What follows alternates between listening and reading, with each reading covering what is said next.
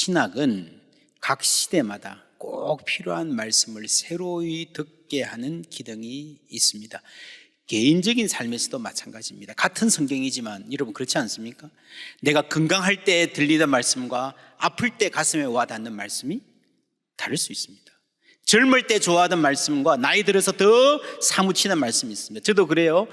잘 예전에는 이해가 안 되던 말씀에 나이가 들면서 고개가 끄덕여지는 경우 평소에는 그냥 그러려니 하고 지나가던 말씀이었는데 오늘따라 계속해서 머물고 묵상하게 되는 그런 말씀이 있습니다. 하나님은 때를 따라 돕는 은혜를 주시는 하나님이시기 때문에 그때에 따라서 그 시대에 따라서 주시는 말씀, 우리에게 집중하게 하시는 말씀이 있습니다. 성경 안에도 그런 차이, 그런 폭이 있습니다. 구약에도 보면요, 똑같은 하나님의 말씀인데 광야 시대에, 다윗과 솔로몬 시대에, 그리고 바벨론 포로 시기에 집중하던 말씀이 다릅니다. 다시 고국에 돌아와서 에스라, 느헤미야 이 회복의 시대에 하나님이 강조하시는 말씀이 다 달라요. 그래서 각 시대의 그리스도인들은 자신의 시대에 주신 말씀 듣고 해석하여 순종하고 살아낼 책임이 있는 것입니다. 우리 시대에 주시는 말씀, 돌봄 시대를 여는 교회가 되어라 라고 고백합니다. 한국 교회가 갈 길, 우리 교회가 이 사역 열심히 할 뿐만 아니라 돌봄 시대라고 하는 것은요, 한국 사회, 앞으로 세계 전체 역사가 돌봄의 시대로 가야 된다라고 하는 주장이 담겨 있습니다. 그리고 교회가 이 사회를 돌봄의 시대로 가게 하는데 선도적인 역할을 하면 좋겠다. 성경에 돌봄이라는 주제가 얼마나 깊이 뿌리 내리고 있는가 보았습니다. 구약 성경 시작하면서 하나님이 그들에게 복을 주시며 하나님이 그들에게 이르시되 생육하고 번성하여 땅에 충만하라, 땅을 정복하라. 바다의 물고기와 하늘의 새와 땅에 움직이는 모든 생물을 뭐라고요? 다스리라. 이 다스림이 뭔가? 하나님의 성품, 하나님의 명령하신 거니까, 하나님이 부탁하신 거니까 하나님의 뜻대로 하나님의 성품을 반영하는 다스림이어야 한다 그랬습니다. 그거는 돌봄이죠. 잘 돌보라. 자기 마음대로 갖다 쓰고 막 훼손하면 된다 이게 아니라, 내 이익을 위해서 쓰는 게 아니라 잘 다스리라, 잘 돌보라 라는 말입니다. 이 천지 창조에서 돌봄의 명령으로 창세기가 출발했는데요, 이 창세기가 쭉 50장까지 가서 마칠 때는 요셉이라는 사람의 죽음으로 끝이 납니다. 이 가족들은 저쪽 가나안 땅 살다가 총리가 된 요셉 하나 믿고 온 가족이 이집트까지 왔습니다. 그런데 그 총리가, 요셉이 죽는다? 충격이 얼마나 컸겠습니까? 요셉이 그의 형제들에게 이르되 나는 뭐 할 것이나 죽을 것이나 하나님이 당신들을 뭐 할 것이나 돌볼 것이다. 나는 죽겠지만 하나님은 여러분을 여전히 돌볼 것입니다 라고 확언을 하는 것입니다. 당신들을 이 땅에서 인도하여 내사, 출애굽 이야기하는 거죠. 아브라함과 이삭과 야곱에게 맹세하신 땅에 다시 이르게 하실 것이다 라고 말하고요, 요셉이 또 이스라엘 자손에게 맹세시켜 단단하게 잊어버리지 말라 이르는 거죠. 이르기를 하나님이 반드시 당신들을 뭐예요? 돌보시리니. 돌봄이란 말이 나오죠. 이 돌봄이란 말은 찾아온다라는 말하고 똑같습니다. 하나님이 반드시 당신들을 돌보시리니, 찾아오시리니, 당신들은 여기서 내 해골을 메고 미라로 이집트식으로 만들었죠. 보관했다가 올라가라. 나는 가나안 땅으로 갈 것이다. 죽어서라도 라고 말하는 거예요. 나는 죽을 것이나 무슨 소리예요? 우리가 누구를 믿고 여기까지 왔는데 죽으시면 안 돼요. 믿음의 초점을 옮기는 겁니다. 지금까지 이 사람들은요, 요셉을 의지하고 살았습니다. 요셉이 죽으면서 이제 우리가 더 이상 요셉이 아니라 하나님께로 의지하는 대상을 옮겨야 되는 거구나 라고 하는 때가 다가오는 거예요. 여러분, 우리가 믿음의 대상을 여기에서 저기로 하나님께로 옮기는 것이에요, 그냥 쉽게 부드럽게 스무스하게 옮아가는 경우도 있지만 잘 없어요. 많은 경우에 이게 고통스럽습니다. 돈을 믿고 살던 사람이 돈이 전부가 아니구나 깨달으려면 힘들어요. 보통 일로 안 됩니다. 여러분 아시죠? 모든 사람은 죽고 모든 친구는 떠나고 모든 육체는 노쇠합니다. 모든 사람의 건강은 사라집니다. 조금 빨리 조금 천천히 그것뿐이에요. 모든 꽃은 시들고 모든 성은, 모든 나라는 무너집니다. 영원한 성, 영원한 나라 세상에는 없습니다. 태산같이 의지하던 누군가가 세상을 떠났다, 이제 어떻게 사나, 요셉이라는 보호막이 사라진 이들에게 주시는 말씀, 하나님이 돌보실 것이다. 하나님이 찾아오실 것이다. 이 파카드라는 단어인데요, 이 단어 한 단어에 돌보다, 찾아오다, 하나님이 돌보신다, 하나님이 찾아오신다, 똑같이 담겨 있습니다. 요셉이 말하는 거죠. 남겨질 가족들에게 하나님 여러분을 찾아오실 것입니다. 그랬습니다. 총리의 유언이니까 잘 간직했겠죠. 어쩌면 내 미이라를 들고 가라, 이 말도요, 잊어버리지 말라, 하나님이 돌보심을 잊어버리지 말라, 하나님이 반드시 찾아오실 것이다, 그것을 잘 기억하려고. 요셉이 자기 해골에 대해서 그렇게 애착이 있어서가 아니라 그렇게라도 해놔야 기억할 것이기 때문에 말했는지도 모르겠습니다. 여러분, 그래서 이 사람들이 이걸 기억했어요. 그러니까 창세기 맨 마지막에 결론처럼 기록되어 있죠. 하나님이 찾아오실 것이다, 돌보실 것이다. 400년 후 모세의 시대가 되어서 2장에 보면요, 출애굽기에 하나님이 이스라엘 자손을 뭐라고요? 돌보셨고 찾아오셨고, 이 말입니다. 3장 16절 함께 읽습니다. 너는 가서 이스라엘의 장로들을 모으고 그들에게 이르기를 여호와 너희 조상의 하나님 곧 아브라함과 이삭과 야곱의 하나님이 내게 나타나 이르시되 내가 너희를 돌보아 너희가 애굽에서 당한 일을 확실히 보았노라. 아멘. 여기도 너희를 돌보아, 찾아오신 하나님. 그렇죠? 이 파카드라는 이 단어가 구약에서 계속해서 나옵니다. 오늘 몇 개만 보겠지만 여러분, 성경에서 굉장히 중요한 단어입니다. 창세기 이후에 400년 동안 이 파카드라는 이 단어 하나, 하나님 찾아오실 것이다 라는 걸 품고 살았습니다. 어떤 하나님을 기다렸습니까? 돌보시는 하나님이에요. 여러분, 전능의 하나님, 능력의 하나님도 좋지만 애굽의 그 기고만장한 통치자를 무릎 꿇으시게 할 수 있는 어마어마한 능력과 위력의 하나님도 좋지만, 홍해를 가르시고 막 세상을 뒤집어 엎으시는 하나님도 필요하지만, 그러나 여러분, 그들의 기다림의 핵심에는요, 돌보시는 하나님이 있다는 것을 기억해야 됩니다. 우리의 아픔을 아시고 섬세하게 우리를 터치해 주시고 우리를 보살피신 하나님이 그들의 신앙의 중심에 있었습니다. 돌보시는 하나님, 찾아오신 하나님, 이 하나님에 대한 소망이요, 창세기뿐 아니라 출애굽기뿐만 아니라 구약 성경 전체를 통해서 쭉 이어지고 있습니다. 그 기대 끝에 예수님이 오신 거예요. 신약 성경을 보면요, 하나님이 예수님을 세상에 보내시기 전에 먼저 보낸 사람이 있습니다. 누굽니까? 세례 요한이죠. 그 아버지가 사가랴예요. 천사가 나타납니다. 아주 나이 많은 제사장인데 믿음이 좋은 분인데 천사가 와서 네 아내가 이미 할머니가 됐는데 아들을 낳을 것이다. 그 순간부터 말을 못하게 되죠. 10개월, 얼마나 답답했을까요? 그런데요, 벌인 줄 알았는데 10개월 말 안 하고 있어 보니까 은혜가 있어요. 그렇죠? 막 이 말 저 말 하고 살아갈 때 알지 못했던 하나님 주시는 지혜가 거기에 계속해서 쌓인 거예요.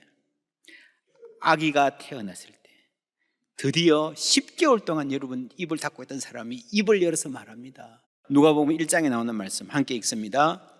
찬송하리로다 주 이스라엘의 하나님이여 그 백성을 돌보사 속량하시며 우리를 위하여 구원의 뿔을 그 종 다윗의 집에 일으키셨으니. 아멘. 여기도 무슨 단어가 나옵니까? 그 백성을 돌보신다, 그 백성을 찾아오신다. 여러분, 구원은요, 예수님의 구원은요, 돌보시는 하나님, 찾아오시는 하나님의 구원입니다. 구약 역사 전체를 보면요, 이스라엘의 고난은 대단히 길었습니다. 나라가 둘로 나뉘어져 끊임없이 전쟁에 시달리다가 뭐 여기 터지고 저기 터지하다가 마침내 바벨론 포로로 잡혀가죠. 돌아와서도 고생이 이만저만이 아닙니다. 백성들은 기다립니다. 하나님은 우리 가운데 오시옵소서. 그 끝에 예수님이 오신 것입니다. 오늘 우리 종려주일인데 종려주일 말씀 19장 43절 44절 함께 읽습니다.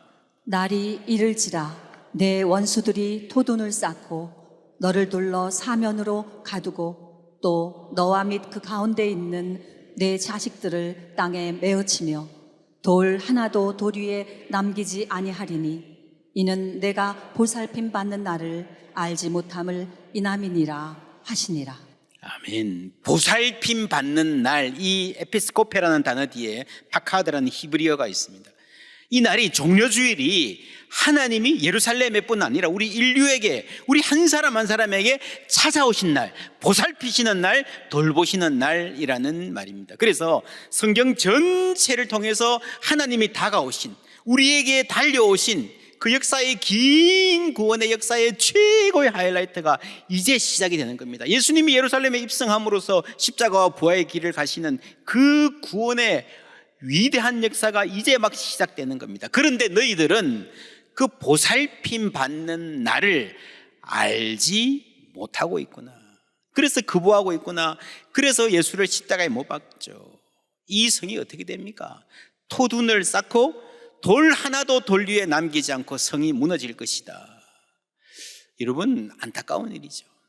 비참한 일이죠. 근데 여러분 생각해 봐야 됩니다. 나라가 왜 있는 겁니까? 성이 왜 있는 겁니까? 국민들을 보호하기 위해서 있는 거잖아요. 국민들의 생명을 지키기 위해서 있는 거잖아요. 그런데 이 예루살렘 성은 가장 죄 없으신 한 분을, 한 사람을 죽였습니다. 성이 있어야 되는 이유, 나라가 존재해야 되는 이유를 정면으로 이런 배반하고 있는 거예요. 여러분, 이렇게 무고한 자를 죽이는, 하나님의 아들을 십자가에 못 박는 성이 멀쩡하게 서 있으면 그게 이상한 거 아닙니까? 회개할 기회를 주십니다. 마침내 하나님의 심판을 받습니다. 원수들이 토둔을 쌓는다라는 말은요, 주 70년에 로마 군대가 성을 공략하면서 성 옆에, 여러분 높은 성을 치기 힘드니까 토담을 쌓아요. 그래서 이렇게 공격해 들어갑니다. 예루살렘 성이 멸망합니다. 여러분, 인간이 쌓은 성은 언젠가는 무너집니다. 전쟁용 성이든 명성의 성이든 영원한 것 없습니다. 여러분, 나라도 마찬가지예요. 예루살렘 성을 파괴했던 그 막강한 로마도 허무하게 무너졌습니다. 영원한 나라는 없습니다. 우리가 세상 나라를 우리 소망의 근거로 삼아서는 안 됩니다. 무너지지 않는 성은 없습니다. 모든 사람은 떠나가고 모든 육체는 노쇠합니다. 그러나 하나님의 돌보심은 영원한 줄 믿습니다. 하나님이 우리의 무엇을 돌보시는가? 영혼을 돌보신다, 맞습니다. 그것뿐이 아닙니다. 구약성경 룻기에 보면요, 어떤 가정이 흉년을 당합니다. 경제적인 압박이 너무 심해서 살아보려고 이민을 가죠. 모압 땅. 근데 거기서요, 남편이 죽고 큰아들 죽고 둘째 아들 죽고 다 죽고 여자 셋만 남았습니다. 그때 어떤 소문이 들립니다. 1장 6절 룻기 함께 읽습니다. 그 여인이 모압 지방에서 여호와께서 자기 백성을 돌보시사 그들에게 양식을 주셨다 함을 듣고 이에 두 며느리와 함께 일어나 모압 지방에서 돌아오려 하여. 자, 여호와께서 자기 백성을 뭐라고요? 돌보시사. 뭘 주셨어요? 양식을 주셨다. 여러분, 영적인 문제뿐 아니라 경제적인 문제도 하나님의 공급하심 안에 있다는 것이 성경의 분명한 증언입니다. 그래서 우리가 우리의 경제를 돌보신 하나님, 경제 회복을 위해서도 기도해야 되는 줄 믿습니다. 기독교 역사를 보면 수많은 신실한 그리스도인들이 배고픈 사람들 먹이고 빈민을 구제하고 아픈 사람들 치료하고요, 경제를 일으키는 데 헌신했습니다. 한국만 해도요, 새마을 운동 얼마나 자랑스러운 역사입니까? 당시 박정희 대통령이 새마을 운동할 때요, 가장 크게 배운 사람이 김용기 장로님이에요. 그죠? 가나안 농군학교. 거기서 기독교 정신에서 온 겁니다. 기독교 운동은 아니었지만 기독교가 아니었으면 불가능했습니다. 한국 의료보험이 세계적인 자랑거리입니다. 장기려 장로님이 부산에서 하셨던 청십자 의료조합. 이 그리스도인들이 이런 따져보면요, 한국의 근대화, 경제발전과 복지국가 성립에 결정적인 역할을 했습니다. 그게 여러분 하나님의 돌보심입니다. 그런데 중요한 것은요, 경제 회복이, 양식을 주시는 것이 하나님의 돌보심의 일부인데 그게 전부가 아닙니다. 룻기 1장 6절에 나오는 돌보심, 양식을 주신다, 거기서 끝나지 않죠. 양식을 주신다, 그래요, 잘 먹고 잘 살았다, 배부르다, 거기서 끝나지 않고요, 그것에 시작해서 이제 이 가정을 회복시키시고 공동체를 만드시고 다윗 왕을 보내셔서 민족 전체를 구원하시는 큰 역사의 일부의 경제 회복이 있는 거예요. 이걸 놓치지 말아야 됩니다. 경제는 그 자체가 전부도 아니고 목적도 아닙니다. 그래가지고 뭐 할 건데? 하나님 우리나라 경제적으로 풍요하게 해주시면, 하나님 우리 가정 잘 살게 해주시면 뭐 할 건데? 그게 있어야 되는 거죠. 그 단계일 뿐입니다. 또 하나, 파카드, 돌보신다라는 말이 창세기 21장에 보면요, 여호와께서 말씀하신 대로 사라를 돌보셨고 여호와께서 말씀하신 대로 사라에게 행하셨으므로 사라가 뭐 했어요?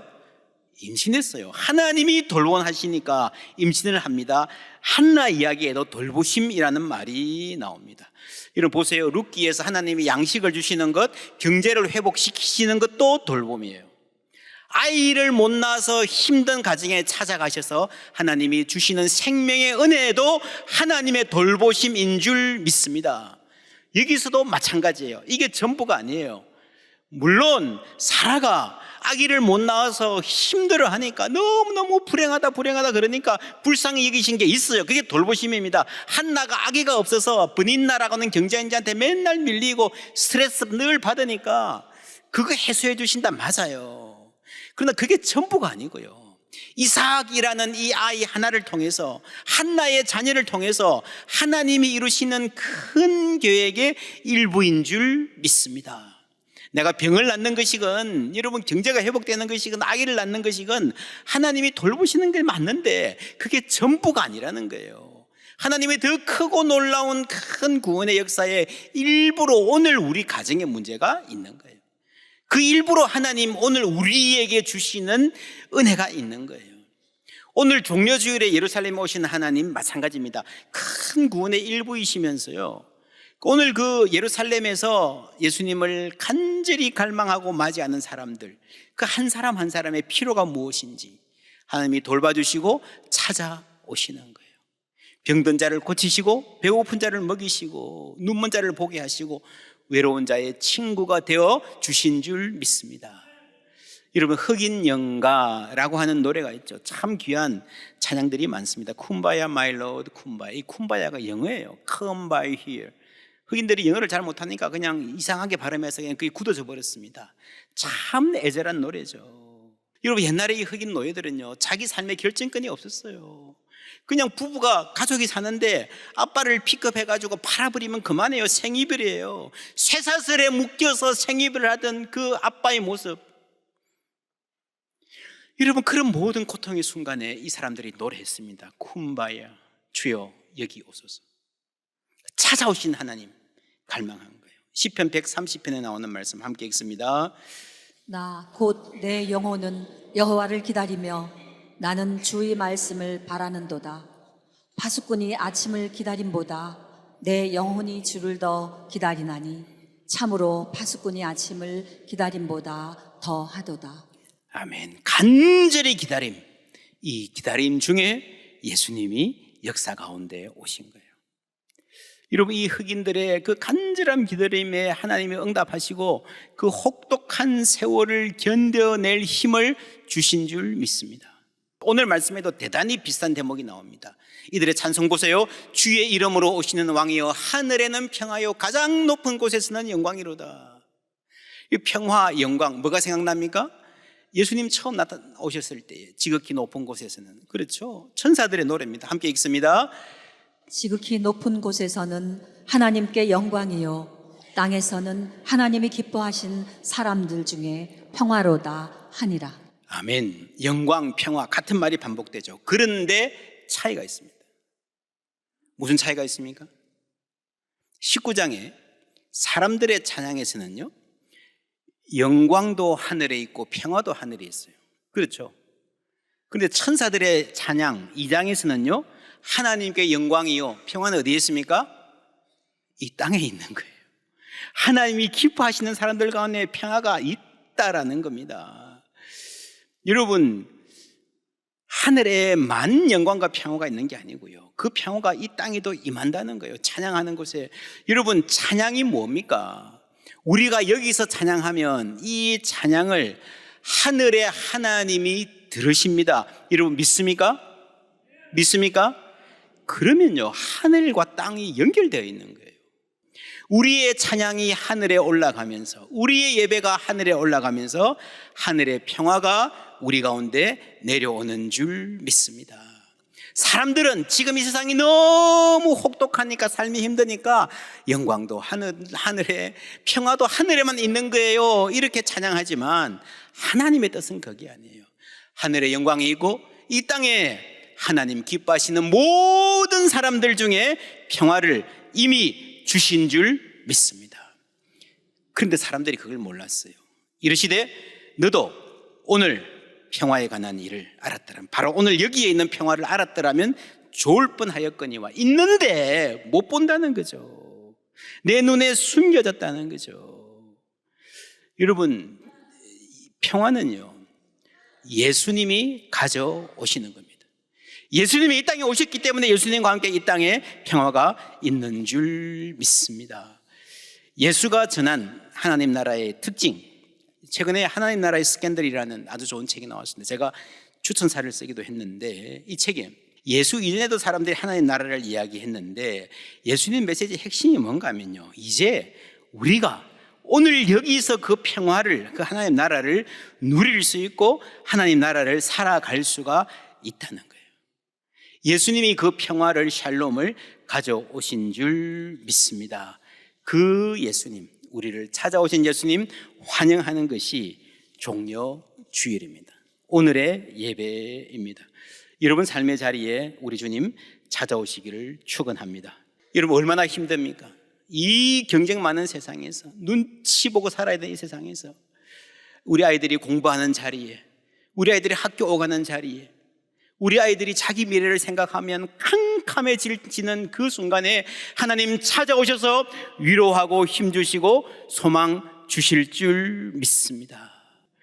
여러분, 찾아오신다라는 말은요, 이전까지 하나님 안 계셨는데 이제야 오신다, 그 말이 아니에요. 하나님 왜 늦으셨어요? 그게 아니고요, 하나님은 언제나 우리와 함께 하십니다. 그런데 우리가 못 느낄 때가 있는 거예요.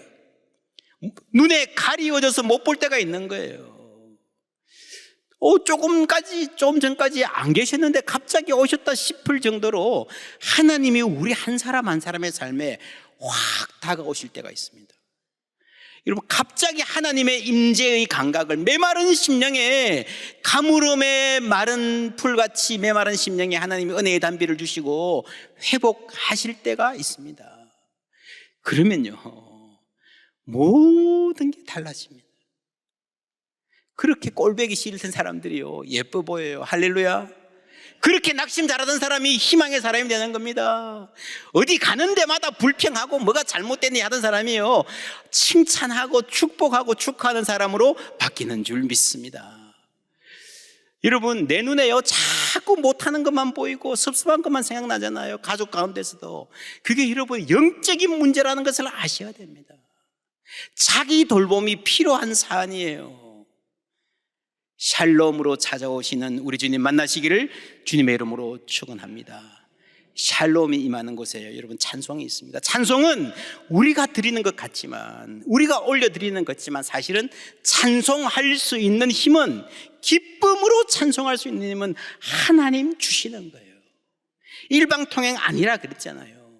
우리의 찬송이 하늘로 올라간다는 것을 믿으시면요, 하늘의 평화가 내가 나중에 죽고 나서 천국 갔을 뿐 아니라 지금 이 땅에서 오늘도 임하는 줄 믿으시기를 축원합니다. 우리를 찾아오신 하나님, 우리를 돌보신 하나님, 우리가 환영하고 이 종려주일에, 이 또 고난주간 동안에 하나님 품에 온전히 거하는 모든 성도님들, 모든 가정들 되시기를 주님의 이름으로 축원합니다.